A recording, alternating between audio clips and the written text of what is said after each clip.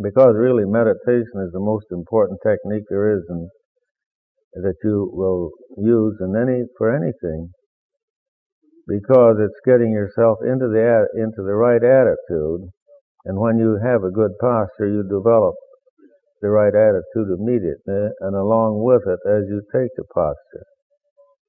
But your most important appointment is with God.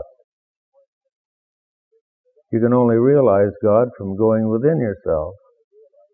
All the scriptures of the world tell you that, aver that.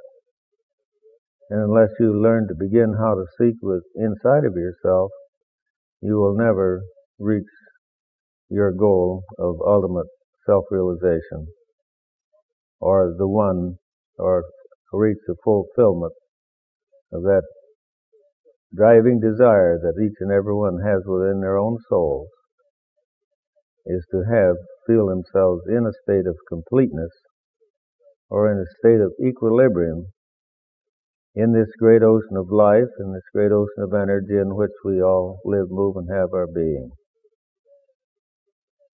And as the little prayer song said, I am the bubble, make me the sea. Well, the bubble means the individual, and the sea means the ocean of God's consciousness, or the ocean of universal intelligence.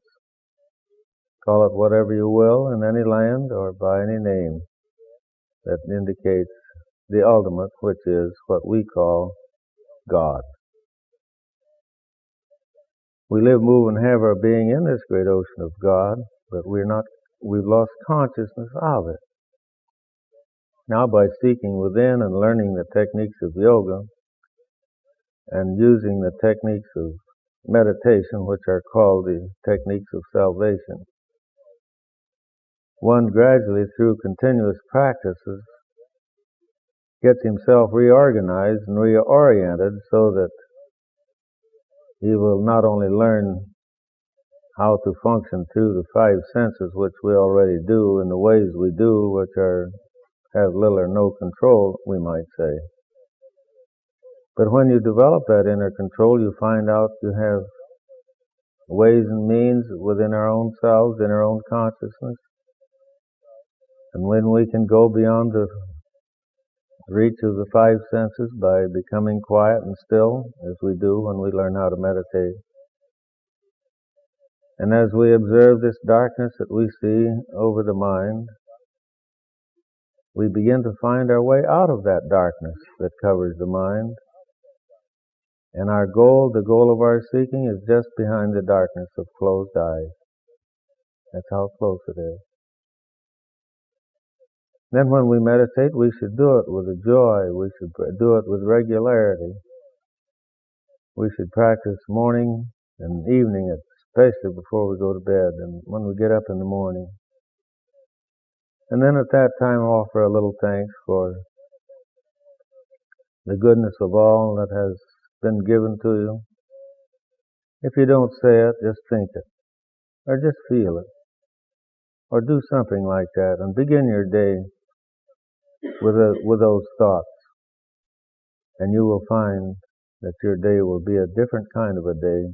It will be a better day, and it will be a day of joy and relaxation and peace, a sense of peace and well-being.